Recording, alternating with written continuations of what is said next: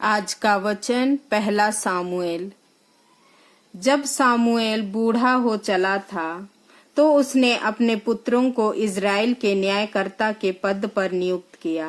उसके जेठे पुत्र का नाम योएल था और दूसरे का नाम अबीया।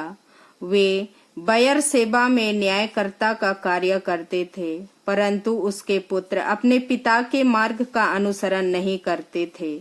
वे लोभ में पड़कर घूस लेते और न्याय भ्रष्ट कर देते थे। इज़राइल के सब नेता इकट्ठे हो गए और रामा में सामुएल के पास आए।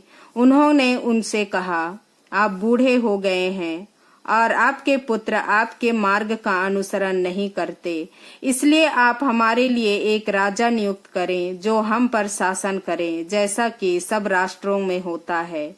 उनका यह निवेदन कि आप हमारे लिए एक राजा नियुक्त करें जो हम पर शासन करें, सामुएल को अच्छा नहीं लगा और उसने प्रभु से प्रार्थना की।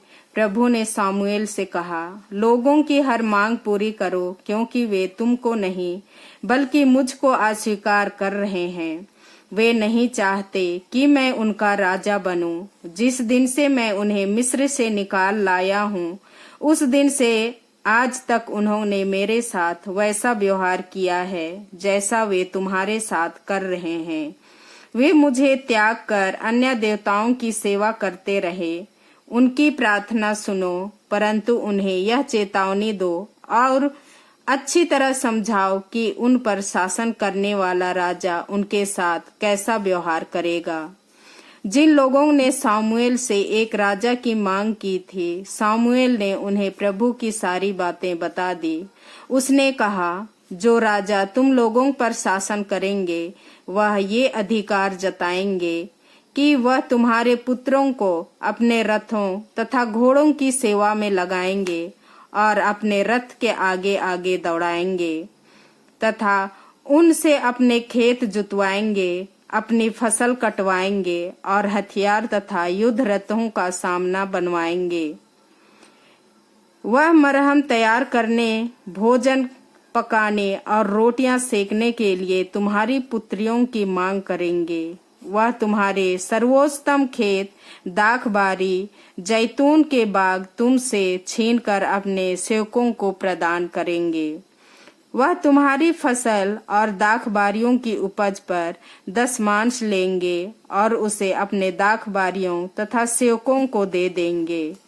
वह तुम्हारे दास दासियों को, तुम्हारे ईकों और तुम्हारे गधों को भी अपने ही काम में लगा देंगे। वह तुम्हारी भेड़ बकरियों का 10 लेंगे और तुम लोग भी उनके दास बनोगे।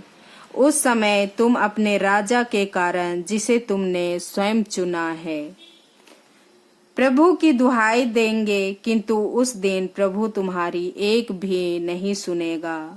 लोगों ने सामुएल का अनुरोध अस्वीकार करते हुए कहा, हमें एक राजा चाहिए, तब हम सब अन्य राष्ट्रों के सदृश होंगे। हमारे राजा हम पर शासन करेंगे और युद्ध के समय हमारा नेतृत्व करेंगे। सामुएल ने लोगों का निवेदन सुनकर प्रभु की वाणी सुनाई। उसने उत्तर दिया, उनकी बात मान लो और उसके लिए राजा नियुक्त करो।